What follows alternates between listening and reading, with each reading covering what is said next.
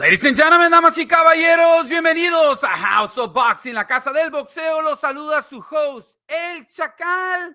Y el día de hoy tenemos un invitadazo de lujo. Así es que prepárense todos, ladies and gentlemen. Today on House of Boxing, we welcome a guest who represents the evolution of modern boxing. Yes, we live in a time where fights are won not just with talent, but with science, discipline, and preparation. Our guest has worked with world champions like Regis Prograis, O'Shaquie Foster, Hannah Gabriels, and more recently played a key role in Mikaela Mayer's latest world title victory. He's a part of the new generation of elite strength and conditioning coaches shaping world champions. Okay, let's give it a welcome to House of Boxing, EVINS TOBLER. Coach, welcome to your house. Thank you for inviting me to the house, man. The House of Boxing. Hey, listen, I'm always excited about talking and sharing my knowledge of the craft that I love so much, man. And you know, I'm elated to be on here. And people don't know that I speak Spanish too. Oh, okay. All right. Well, first of all, thank you for your time, and we appreciate it very much. Since I met you, I definitely had this thing that I was like, okay, I need to get with you here on the show because I know our audience is gonna love you. And I didn't even know that you speak Spanish. So tell us a little bit in Spanish about you. Yo soy de New Jersey, Nueva Jersey.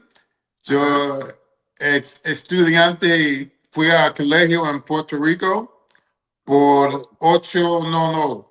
15 años viviendo allá. Mi ex esposa es latina y vive allá un montón de años. Pero algunas palabras son diferentes los mexicanos, dominicanos, puertorriqueños. Pero yo entiendo mucho todo en español. Y yo soy un ex atleta en pista, en corriendo. Hizo el salto largo. Yo era en mi tiempo en los primeros 15 en el mundo en el salto. Brinco 27 pies, 8 metros 25. Wow. No. Muchas felicidades. Thank you so much. Perfect Spanish. I love it. And yeah, I was actually gonna ask you right now, like before we talk about the science, the training, and actually boxing, I wanted to start with the men, right? Like where were you born and how did you grow up and what role did sports play in your life? Even that I already did my research and I saw that you were an athlete and you look like an athlete. You look tremendous.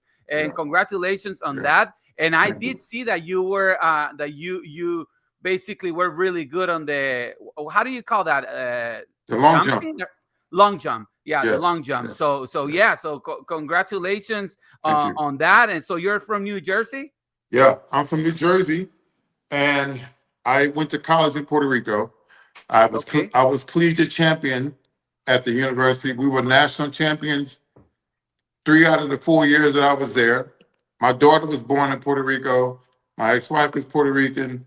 I had an opportunity to represent Puerto Rico in the 92 Olympics, but I left track and field to try and play American football for the Denver Broncos. And yeah, they invited me to camp. I ran the 40. I ran 4.3 in the 40. They invited me to camp, and the rest is history. And then, you know, boxing came after, way after track and field. I was going to ask you about that. At what moment did the switch happen, you know, from being the athlete to becoming now the coach, you know, the one who prepares others for war? Well, I'm going to tell you, it's a great, funny story. I used to have a food company here in Houston called Eat Smart. And we used to do meals for Juan Díaz, Kermit Cintron, Rocky Suarez, all those guys. I was Juan Diaz's bodyguard. I had Juan Díaz in the show like about a month ago. That's my guy, bro. I was El Torito Díaz, right? Yeah, I was his bodyguard. No way. And I should come to the gym, and I saw what Juan was doing. I was like, So they didn't know my background. I never told them my background. I didn't tell them I was an athlete. And so one day I saw Juan doing some conditioning, and I was like, he was already like a two-time champion. And I was like, man, that's all you do? Right? So I never crossed the line. I went to his coach. He'd already had a coach. Brian Cardwell was his conditioning coach. But we never hooked up. I remained his bodyguard. And later on down the line, I ran into Regis Prograis very, very early in his career. And I started working with another kid named Pablo Cruz, Craig Callahan, Dominic Gwynn, all those guys. And, the rest is history. Two-time world So, champion, you so know. Juan Diaz never knew that you did physical and conditional training. Not while I was his bodyguard, because there was Oh, nothing after I started working. Because I didn't want to cross that line. It's a very thin he line. worked. He used to work with Ronnie Shields, right? Yeah, That no, was he worked his trainer. with Savannah. Oh yeah, Savannah. yeah, yeah. Yeah, that's But true. but his conditioning coach was Brian Cardwell. Yeah. Were you And there Brian when did a he good job fought? with him. Were you there when he fought Nate Campbell in Cancun? Yes. I wasn't in Cancun.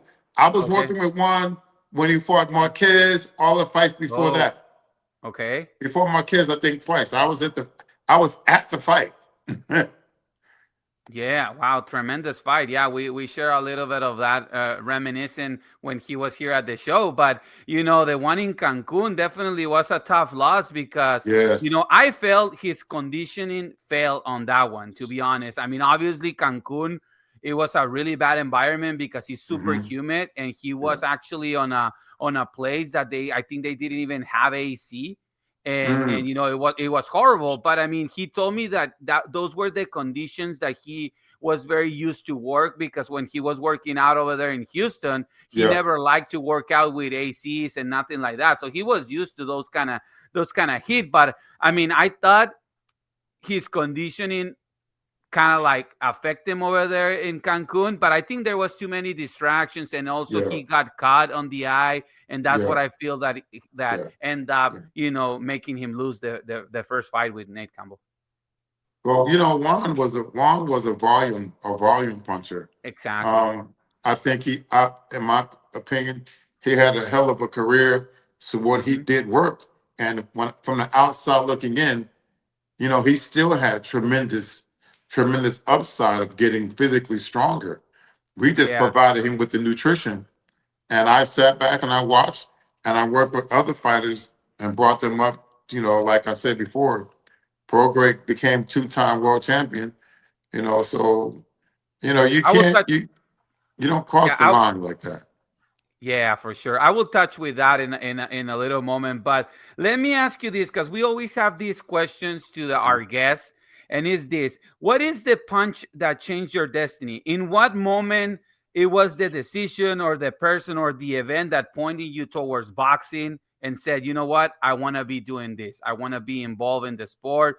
Did you follow boxing? You had any idols in boxing? What made you focus on that I, sport? I've always loved boxing. I used to watch Friday night fights. That was my Friday night. We would sit, me and my ex-wife would sit and watch Friday night fights. And when I had an opportunity to be in the gym and to watch and even offer my services to people, but they had already had coaches. I was still Okay. trying to show them that I could bring something more scientific and more biomechanic to the game. But I had to wait my turn, and God blessed me. One morning I was on the track and I saw these kids running, and it looked like the kids I met at the gym was Pablo Cruz, and the other one was Regis Prograis. So I talked to Oh, him, and they called this. I always got to give the manager Jay John a shot because Jay trusted me, and I wasn't making no money. okay. I said I'm going to do this, and they'll see my work, and then I'll build some champions. Somebody took the first fight that I had with Pablo Cruz. They were like, "Oh, you a track and field guy. What do you know about boxing?" I said, "You watch me. I will build world champions." And with that, I forget who it was, but that changed my whole mindset. And that's when I just opened up the floodgates with all my knowledge, and I poured it into the guys that I was working with. All my guys are undefeated when I trained them. I had no guys that were losing. Yeah. No, no, It was, definitely you touch a very good subject, and that was what I was gonna go forward. Now after knowing a little bit more of your early days, because before we go to your work with each of your fighters and world champions and all that mhm, stuff, I mean, I want our audience, and that's the main reason why I brought you here also to the program, is mhm, because you were the last link that I have missed and on the boxer corner. You know what I mean? I feel like nowadays there has been a really big change in modern boxing and mhm, boxers, which in the past, the trainer was basically the one in charge of doing everything from the mhm, nutrition to the workouts to the craft to beat the other fighter, right? The mhm, strategy and all that stuff. And then obviously you had the cut man, which probably arrived on the week of the fight, and he was gonna be the one that was gonna help the mhm. trainer at the moment of the fight. But nowadays, especially since the Pacquiao era and all that stuff, we start seeing this new position. And this is what I want you to tell our audience. A lot of people still think that boxing is just, gloves and a ring. But today, a strength and coach is as important as a boxing trainer and the cutman. How do you explain that? Well, what we have to also understand is this: is that the basics the basics never change. You got to run. You gotta punch. When I did track and field, all I did was run and jump, run and jump, run and jump. So the basics don't change. You got to punch and you got to run. So a guy like me, when I come in, if I got a guy or a male or a female, and I base my conditioning on how long the fight's going to be. So if we got a championship fight, that's 36 minutes. There is no need for my fighter to be going out running 10 miles. There's no that's overkill. So what we want to do, Okay. in my mindset, is to get them moving for 45 minutes. Okay? If we go for a run, it'll be 40 minutes. We're never going to go past what we need to do, just a little, because we want that. We want that leg. We're going to know that at least you can move for 36 minutes. Also, Okay. along with the punching, now you still have Uh-huh. people coming into the boxing game with guys lifting all these weights, and you still have to make sure the fighters are Mhm. functional. So what I have to create, everything that I do is boxing related. If we're gonna punch, we got to punch. So I create exercises for that person, that male or that female, so they can do those things in the ring. If you got to punch for 36 minutes, I have to find a way to make that muscle, fill that muscle with oxygen so you can move for 36 minutes or 30 minutes or 20 minutes. So there's a science behind it. And Mhm. even with swimming, I swim my fighters depending 3 or 4 times a week. We may not even touch the running, because the swimming, you have to kick, you have to control your breathing, you have to maintain a relaxation. So that's Mhm. like swimming is like a fight, but there's a Yep. science to that too. We swim, but I got certain things that I use. I won't share here, but Yeah, yeah, certain yeah, things no. that I use for my swimming sessions. The Okay. boxing, when we box, we have our back, we have our legs, and we have our lungs, right? Yeah. So you have to create movements for that person to do the duration of the fight. So it could be broken down, and I break the fighter down. Each fighter is has a different cadence. Like each fight has a different strategy. And what I do is I make sure I'm at the gym and I watch what the coaches are doing, how long they're doing, and then that's how I create my program. After the boxing is always first, the conditioning comes after that, and you gotta Yeah. you gotta have those numbers right so you don't overtrain the fighter. And then also, I'm assuming that every fight is different, right? Because you're Yes. facing a different fighter. So if you're gonna face a fighter that is a slick fighter that is gonna be moving a lot, well, then you need to work very different things. That if you're facing a big guy that is just gonna come against you, Mm-hmm. right? I mean, you need to Mm-hmm. also prepare your fighter to be more powerful or to be more like faster Mm-hmm. and things like that. Let me ask you this. Today we hear about names like I mentioned to you of the microphone, Alex Ariza, Memo Heredia, even Victor Conte, rest in peace. Yes. Do you think that they change the way of boxing nowadays? Since Ariza came out to the big picture with Manny Pacquiao and helping him to do things that we never seen before, like jumping so many weight classes and still beating the shit out of everybody, like he was in flyweight, and now beating the shit of people like they were in junior middleweight. Do you Mm-hmm. think that finally, thanks to those guys, your position it's more appreciated by the boxing trainers, the managers, and even the fighters? I do. I tip my hat to guys like Alex Ariza, because what Alex Ariza did is made it open the door for guys like me who really don't believe in a whole bunch of weight training, but I believe in explosive training. And that's exactly what Pacquiao did. Pacquiao's legs and his arms and his lungs were open and explosive. So that's why he was able to go up to those weight classes. Manny Pacquiao didn't lift a whole lot of weight. I don't No. even know if he lift weights at all. But what he did, the scientific part, is the same things that I do. And thanks to guys like Alex Ariza and the other guy, because boxing, it is a science. Yes. It's a science. And if you have no idea how to do plyometrics, number wise, I mean, I've done every jump in the world. I've done every Mhm. box jump in the world. So if I got a guy that's fighting for 36 minutes, guess what? You have to be able to exert yourself for 36 minutes. I could have a guy jumping right here. And you go Mhm. 3 minutes, jump, give me 3 minutes, 1 minute rest, 3 minutes. We do that 12 times. You can do all kinds of stuff, but you have to understand the biomechanics and the physical demand that that person needs. Some athletes I can train with no limit. If I say, okay, let's punch, and I just sit there, their mindset may lose it because they don't know when it's going to stop.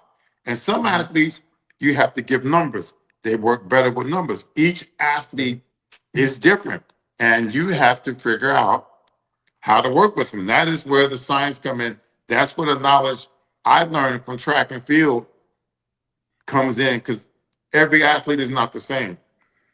Yes. And you mentioned science in a lot of times here. And obviously, those guys are very well known for applying science. And we're not talking about just exercises and workouts and different methods, but also in the terms of chemicals, you Mhm. know, giving supplements and all that stuff. In your case, do you use that part too, or what makes your system different? Because there is a very thin line that I want to cover with you about Yeah. the people that Yeah. use a lot of those supplements, and then we're having other problems, right? Right. So what do you think about that? I don't do any supplements. I don't tell them what to Okay. do supplement wise.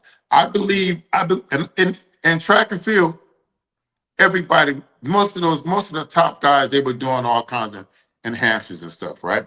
That's what the public, Yep. if you're in the sport, you know. So I believe in boxing, you don't have to do that, because you can build the nervous system up to where it's firing and you're recovering depending on the level of training. But I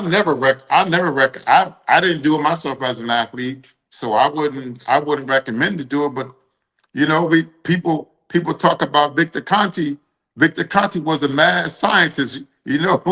All those guys that got caught on stuff. Victor Yep. Conti created that stuff, right? But at the same time, Victor Conti has that line of vitamins, the snack vitamins. They're Yep. regulated, right? I mean, Hmm. if it's like going to the doctor, right? And the doctors, you get a multivitamin from a doctor. the IUs are very high. But if you go to GNC, it's different.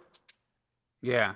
You know, so fighters, if they want to sub, they need to go to the doctors.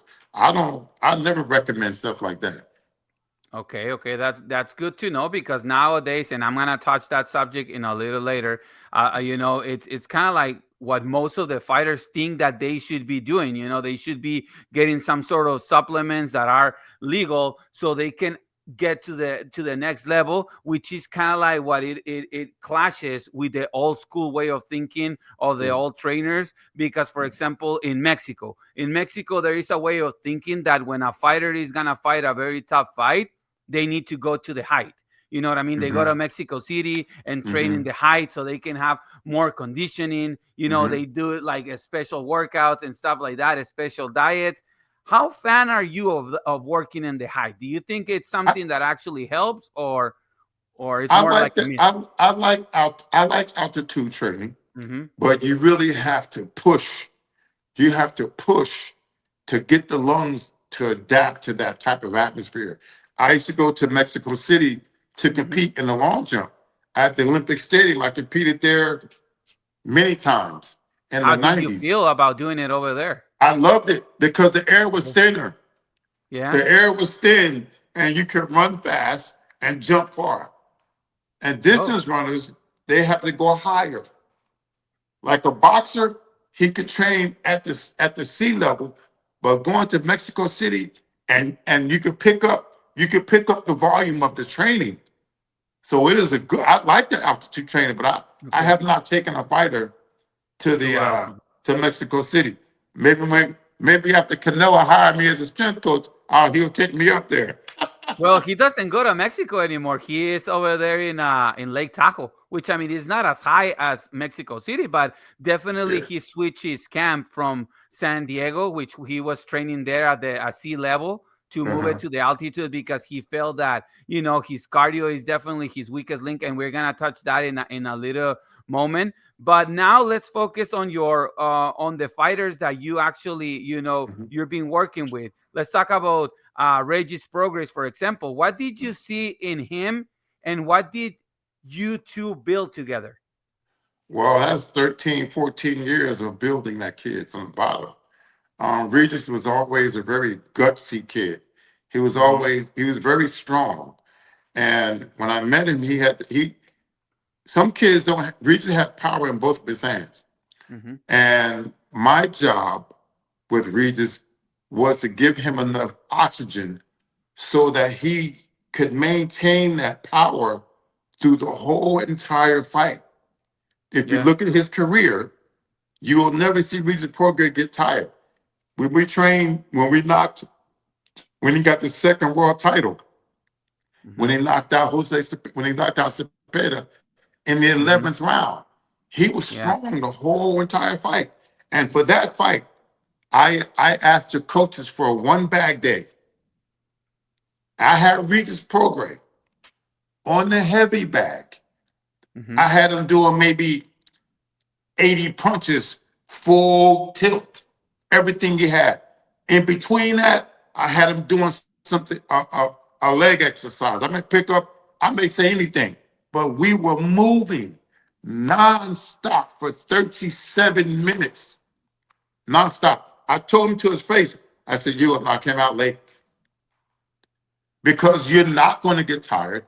When the fighter if you watch the fights after round 6, the power starts to diminishing. Yep. That's because during the conditioning phase, these fighters don't have enough oxygen in the muscle to sustain that type of Perfect. impact and recover. Yeah. So that's where I come in. If you watch any of my fighters, Yeah, I'm going right now to the next one.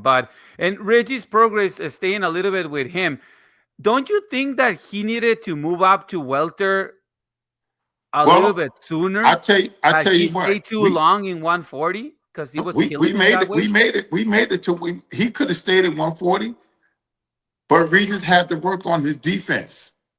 Okay.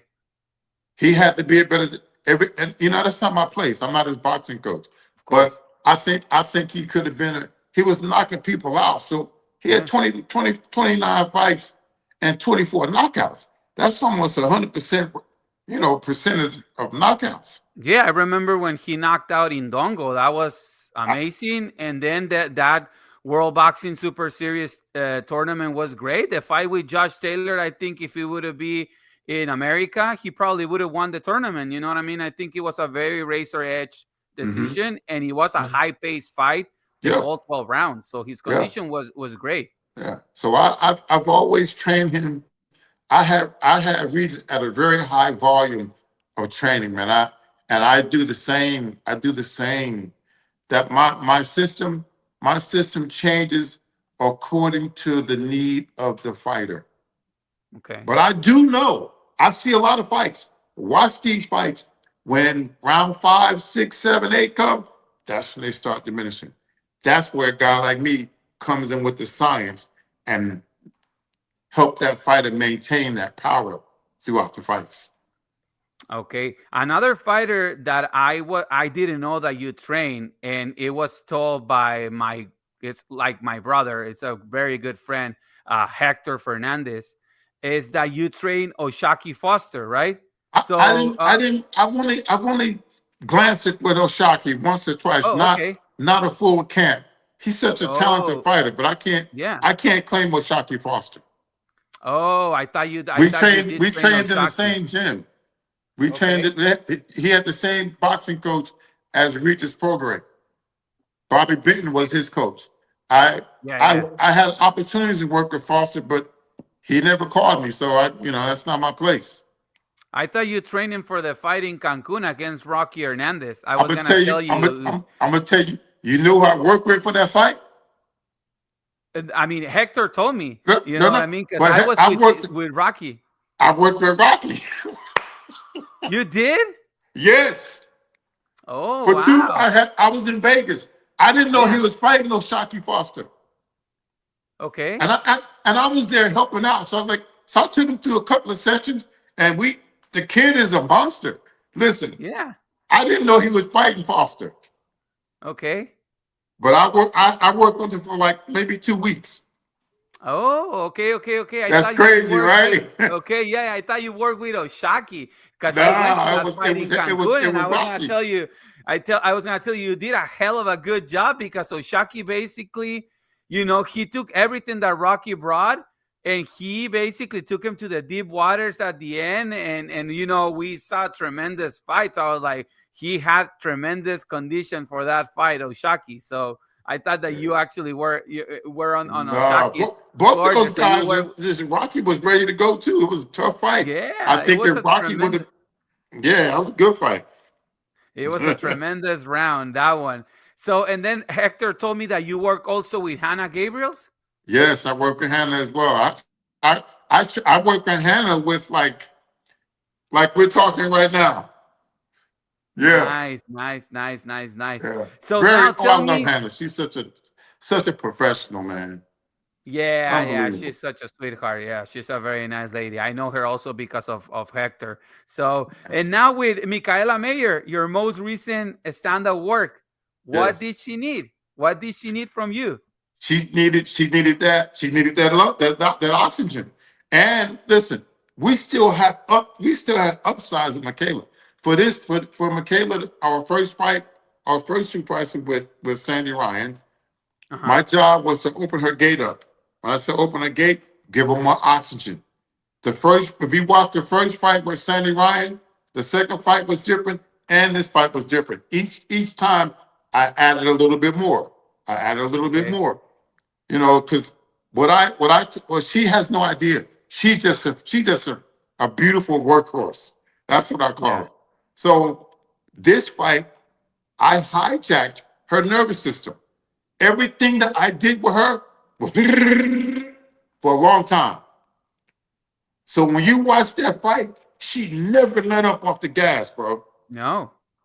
That's what And that's how that's I what I trained was her. impressed. And so Okay. coaches. So that's why it was important for me to go to the gym and watch Coach Kofi and Coach Al. Everything was going pop, pop, pop, pop, pop. So in my mind, I was thinking, my conditioning has to match what they're doing. And that's exactly what we did. And it all came together. And it's going to be hard to beat Mikaela Mayer. Because guess what? We got a lot of work more to do.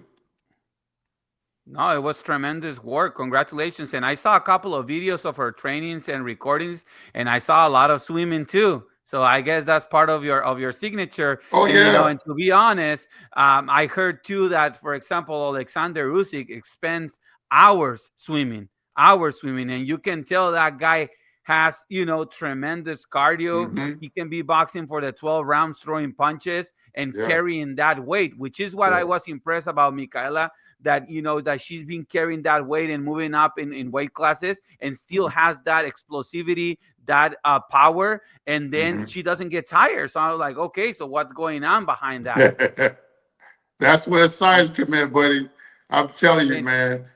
So when you see them swimming, they're just not. There's some other things I add in there. I can't, No, It's like no. it's amazing. I know. I mean, I'm baffled right now for what you're telling me, because especially that you don't use supplements for your whole physical and training conditioning. That makes me even more baffled. Like, okay, so like, how do you achieve all those goals from your fighters, without anything else? Because right now we've been talking a lot of nice stuff, a lot of successes, obviously from you and from the role of the physical and trainer conditioner, right? But then there is the other thin line, that not necessarily applies to you. But let's talk about reality. Doping, in the last, I'm not even gonna go years, let's go just months. Examples: Jaime Munguia, Ryan Garcia. What's happening out there? You know what I mean? Like, so many fighters gave him positive in doping, you know what I mean? Because they're being using a lot of these supplements, you know what I mean? It's like a very thin line between doing the right thing and don't. Yeah. Well, that's where discretion comes in. As a professional, you have to maintain your discretion. Now, there's a chance that you can get caught doing stuff like that. And a lot of times when you get to this level, man, that like you said, that line is thin, but you have to be self-motivated and you have to have self-confidence to know that this is a sport, that you don't have to do that if you're training right. If you're training right, you're going to kick a lot of ass. Look at Big George Foreman, Muhammad Ali, Ken Norton, Joe Frazier, Sugar Ray Leonard. Give me Big George Foreman. Do you know George Foreman hit the fucking bag? Boom, boom, boom, boom, boom, boom, boom. You ever see George Foreman running around the ring? You never saw him running around the ring. So Ali knew that George would get tired because he didn't do any running. Yeah. All he did was hit the bag. And why not? You're going to be punching, shit, hit the bag. So now you have to, like I said, you have to create moments in training camp where you're challenging the fighter mentally. I turn the clock off. And I say, let's go. I just sit. And a lot of times a fighter might say, when is it over? And a lot of times they don't say anything. Mikaela Mayer, she don't say nothing. She worked until I tell her to stop. Yeah, So, she trusts you full time, right? And you got to be careful what you're feeding your fighters verbally. Okay. I'm not losing. I'm not going to lose any fights. So when my fighter is training, that's the mentality that they have taken into the program. Whatever we have during that day, we're going to complete that, because every time you miss a training session, that's a round that you're going to lose in a fight. Yeah. So you got to be professional.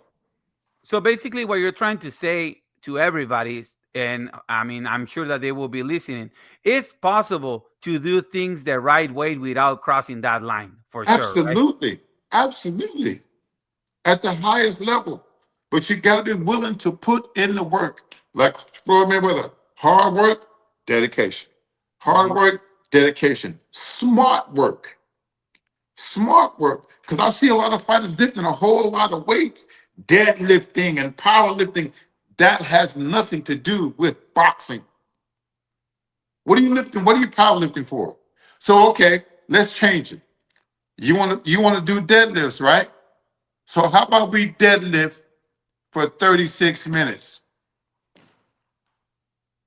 That's the fight, right? Yep. So why you doing?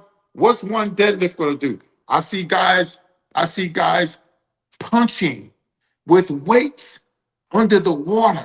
Water and sand are the highest levels of resistance. There is no need for weights in the water. There's no need. If you can't hold your breath for 3 minutes, which is only one round, what are you doing? Why are you punching underwater? The best thing you can do, the whole total thing that relates to boxing is the actual movement of swimming. Everything else is out the window. Doesn't work. It doesn't help.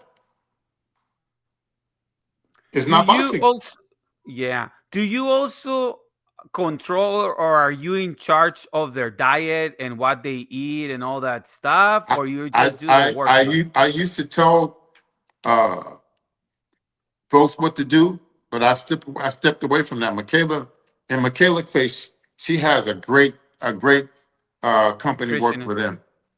Okay. So I don't have to worry about her. She's a constant professional. And that's what you have to be at this level. You can't worry about what fighters are eating. I don't even ask anymore.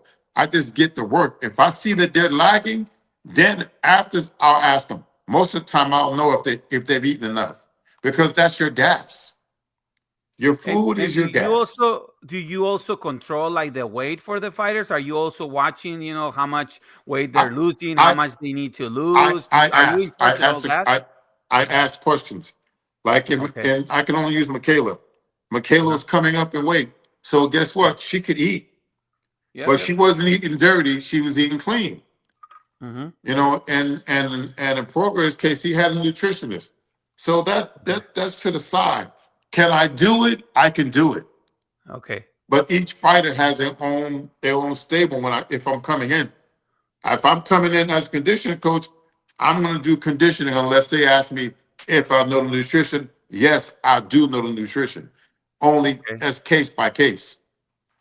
I see, I see. That's very interesting because usually sometimes you hear the physical and conditioning trader, they take care of the whole diet, they Mhm, bring the supplements and all that stuff, and then also the extra workout, and they just mhm, leave the trainer to do the boxing stuff, which I think it's okay, but at the end of the day, it's more important to have the right workout to mhm, achieve the physical goals that you want mhm, in your fighter, mhm, and you mhm. know what they're supposed to be doing and at what time they're supposed to be doing it. And if you see that their body is not responding, it's because they're doing something wrong outside of your workouts, right? Which they might Absolutely, be eating something different and all that stuff. And then it's when you absolutely. when you get involved. Yeah, Okay, perfect, yeah, perfect. So yeah. a lot of stuff we're learning here. Thank you so much for that information.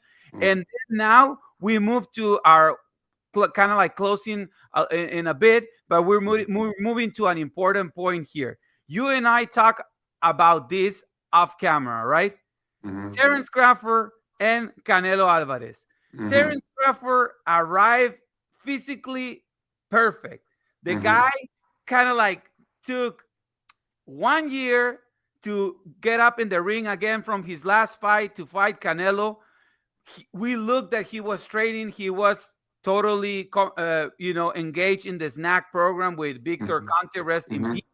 mhm. And I think the biggest hesitation. I don't know what was your opinion before the fight, if you thought that Crawford will win or Canelo, but the common sense on everybody was that Canelo was gonna win because the jump in weight from Crawford. It's not that that Canelo was much bigger in size because he was not even that much. I mean, actually, Mhm. Crawford was a little bit taller. He had more reach, and physically, Canelo looked a little bit wider, but it was not a huge difference. But it was more the fact that he was gonna be more adapt to the weight, and that if Crawford was gonna be able to do his boxing that was doing at 147 at a Mhm, 168, right, with like 20, 30 pounds more on mhm, his body, and oh boy, he did it, right? What did you see in him that night that surprised you, or that, I don't know, maybe you already knew that he was going to do that? Well, I had Canelo. I had Canelo winning the fight before the fight started. Okay. Because physically, mentally, Canelo has been at the highest level. Canelo has taken punches from the biggest and the baddest, right? Yep. Crawford had not been to that level of opponents that Canelo had. Also, I took in consideration, we got to remember this. Canelo Álvarez has not been the same fighter after he fought Floyd Mayweather. He got way better. He kept getting better and getting better and getting better. And then you come against a guy like Crawford he did a lot of stuff. He could knock Canelo out. You're not knocking Canelo out. That's not going to happen. The difference in that fight, let's take this for instance. You remember Mayweather and Madonna? Yep. The first fight, right? Madonna did not let Mayweather breathe. Yep. Let's take it to Terrence Crawford and Canelo Álvarez. I think Canelo got caught up into trying to box him. Canelo didn't even throw a whole bunch of jabs. Check the fight out. No. I watched that fight a million times, right? Canelo didn't throw that many jabs. Canelo physically is way stronger, and Canelo can box, and he can bang. Yep. We get Canelo volume up to the par, right? I mean, open everything up. Canelo goes in there, does not let Crawford box. Crawford is a slightly better boxer than Canelo. His hands are a little faster. Okay, so what we do with Canelo? We like I did, we brainwash his nervous system. We make Canelo this as fast as Crawford. He's stronger than Crawford. If they fight again, I believe he knocks Crawford out, but he has to be in condition enough to do that every single round for 45 minutes. That's where I come in. Okay, I will go into that in a bit. But what did surprise you about Crawford? How did Crawford achieve everything that he was doing in 147, but in 168, he looked like a fish in a tank that it belonged there. And then on top of that, Crawford almost, like being older than Canelo, almost 40 years old, 38 years old. How did his body was so adapted to that weight? What happened? Tell us a little bit about the science on that. But listen, but we got to be real about it. Crawford ain't really been tested like Canelo. Crawford ain't really been in no big giant wars like Canelo. Okay, what he did is he was a slightly better boxer than Canelo. That's what he did, and for somehow Canelo couldn't hit him flush. He hit him flush a couple of times. If Canelo Álvarez lands a flush punch, the whole entire fight, he beats Crawford. If he closed the gap, Canelo slick too, and he could punch. So Crawford just had a little more slickness than Canelo. He was counterpunching because Canelo has a little bit slower. So you got to work on Canelo's nervous system. We get Canelo's nervous system up and open his lungs up. He beats Crawford handily and put that pressure on him. So let me ask you this. So you're basically trying to say, if we focus right now on Crawford and not so much in Canelo, that as long as you have a game plan and you are focused and you do what you're supposed to do with your physical trainer and condition, and they have the right strategy, jumping in weight classes might not be such a challenge, right? If you do it the right way. And that's kind of like what happened with Terrence Crawford, right? That he took his time, he did his work, and the results came. So Crawford walks around at that weight. There was really not a weight jump for Crawford. He walks around at the weight. Yeah, you know what? Roy Jones said something like that. It's like Crawford always walks around this weight. Yeah. The only difference between these fights and the ones in 147 is that when he's fighting in 147, he needs to cut weight to go down to 147. Yeah. But because he's fighting at 168, now he's going to have to cut weight only to go down to 168. Yeah. But he's not going to be much different. And to be honest, I didn't believe him. Timothy Bradley said around the same thing, and I didn't Mhm. believe him because I thought the weight was gonna be a big deal, and Yeah. it wasn't. So in the Canelo side, then obviously you already covered part of it on what was missing. But let me tell you this: a lot of people, they always said that Tommy Hearns would be the perfect boxer if he would have a good chin. That if he would have a good chin, he would be the perfect boxer because everything else he did it great. He had power, he had speed, and he was a very good technique fighter. I'm not talking about Canelo is the same as Tommy Hearns, but definitely Canelo is a great fighter too, and he does a lot of good things in boxing that kept him winning and all that. But there's always been the problem, the cardio. Since he was young, it was always the cardio. In 154, we kind of thought that the cardio was an issue because he was killing himself to make the weight.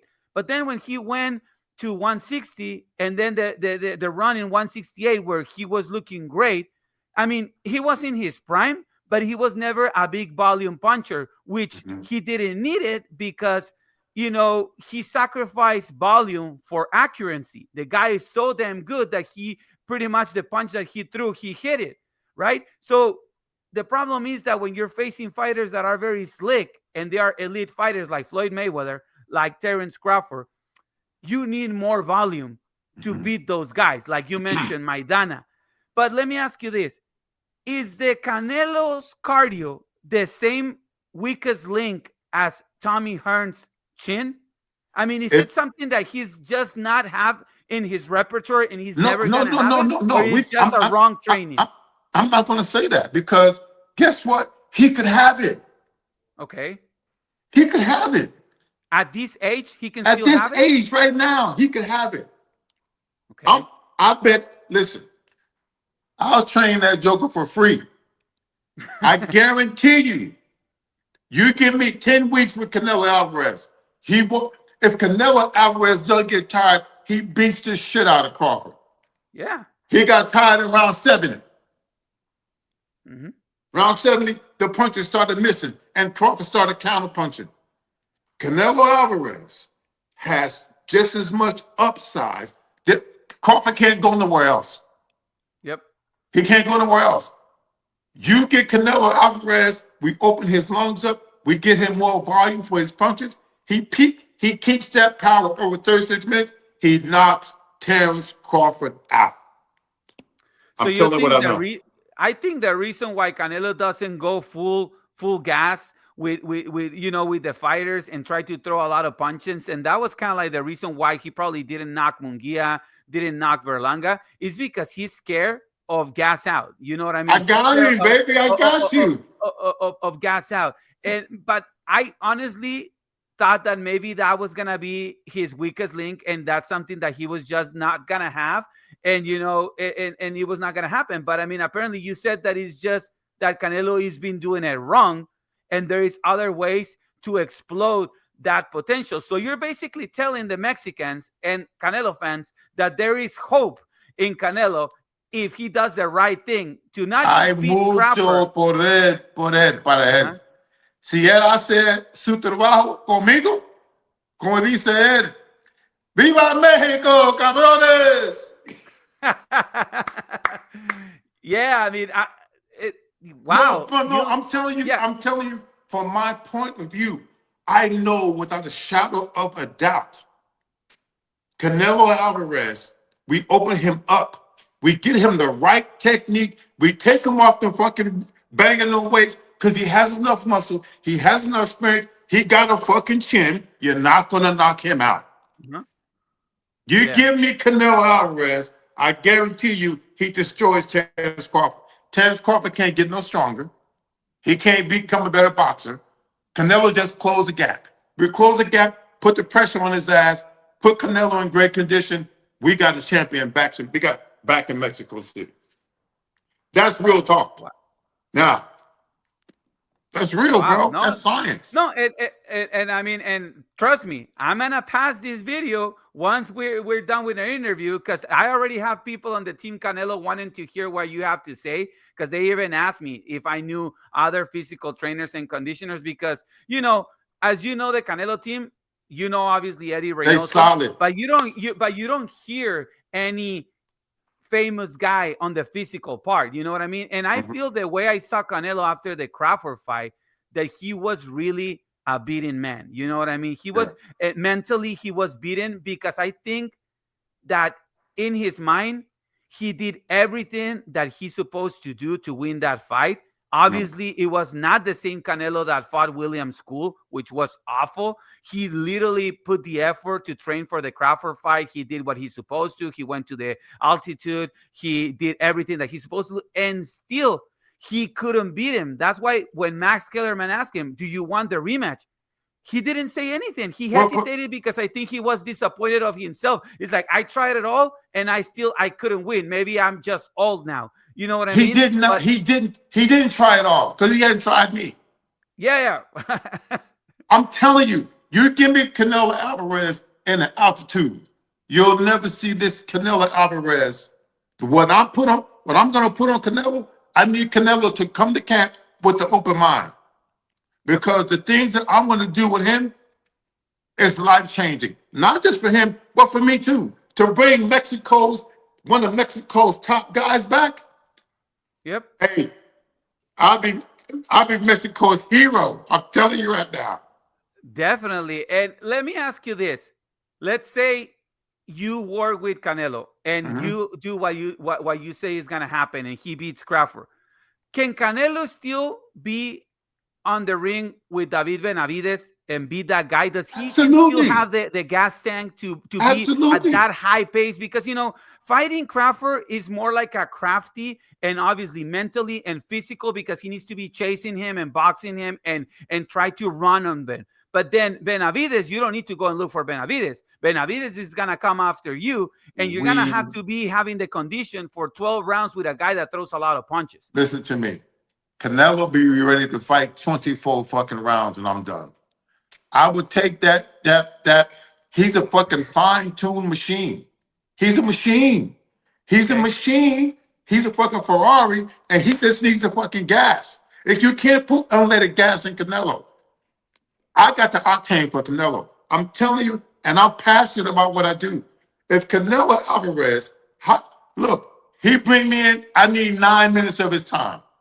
Okay. I got a 9-minute workout. That's only 3 fucking rounds. If he can't make that 9-minute workout, that 9-minute workout would change his life. That's 3 rounds. Okay. I will have Canelo Alvarez in the best shape of his life. This ain't got nothing to do with age. Has something to do with knowledge, understanding the fighter that you're working with. I've been watching Canelo grow. It's funny. I met Canelo passing in 2019 in Saudi Arabia. I was there working with Eric Molina, the heavyweight. Oh, yeah. I ran Eric Molina the whole entire camp. He lost to Pogovich. Yeah. But Canelo Alvarez has the potential, has way more upsides to come back and to destroy Terence Crawford. It's only that mental and that physical. And I'm telling you what I know. Don't forget we had this conversation. He brings me in, it's gonna be I can't. Canelo Alvarez with some energy. Canelo Alvarez punching hard for 36 minutes. Can't nobody in the world beat him. Not even Benavidez. That's real talk, bro. I'm not saying, and I'm not telling you nothing that's not logical. This is very logical, but he's gotten to a point where he don't believe it. He has not done everything because he has not worked with me. Okay. That's real talk. I mean, I think that you convince me. You convince me. And the more I see you, you remind me of Duke, the trainer of Apollo Creed. I get that all the time. Man, could you listen? I have Canelo looking like a fucking Greek god. Not just physically, but internally. He already got the cojones como un mexicano. Yeah. Le gusta pelear como un mexicano. Necesito el aire. Yep. Yo tengo todo para él. Tengo todo para ti, campeón. Okay. Si quieres ganar, si mata a ese muchacho, aquí esperándote. Llámame. Right. Mándeme un avión, algo, me voy para allá. Ahora. Okay. All right, Coach. Well, we're getting ready to close. And one of the questions that we ask to all our guests is this. After everything you've done, what are you most proud of? Oh man, I gotta be proud of my daughter having a grandson. My grandson is turning 4 and he's a fucking monster. He's a monster. Roman the Great. Roman will be somebody's champion. I pray every night. I just get my physical so I can be around to see my grandson grow. I got a couple of things, man. And I just in this boxing has not seen the best of EVINS TOBLER. The best of when I get a guy like Canelo Álvarez, he's gonna get the best of everything for me. All right. Well, Coach, thank you so much for your time, your insight, and your energy. You know, this is your house, and whenever you have something to say, come back, please. The microphones are here, and we will talk here real boxing. You know about that. Absolutely. All Shout right. out, Well, big ups the House of Boxing. Viva Mexico, Gabriels! Thank you so much, Coach. Any social networks that you use so people can start following you? I'm at Fitness by Tobler on Instagram and Facebook, and Tobler on Twitter. All right. So I will make sure we pass all that. Thank you so much, and I will pass the video to the Canelo team so they can see what you have to offer. And trust me, that phone will ring. Thank you. All right, You're gonna be with me. I will. All right. Have a great night. Oh, before you leave, give it a shout out to House of Boxing. House of Boxing is the best on the planet, baby. Viva Mexico. Me gusta hablar español. Tengo que aprender más español. Thank you for having me, man. I appreciate you. God bless. Thank you so much. Have a great night, okay? All right, boss. You too.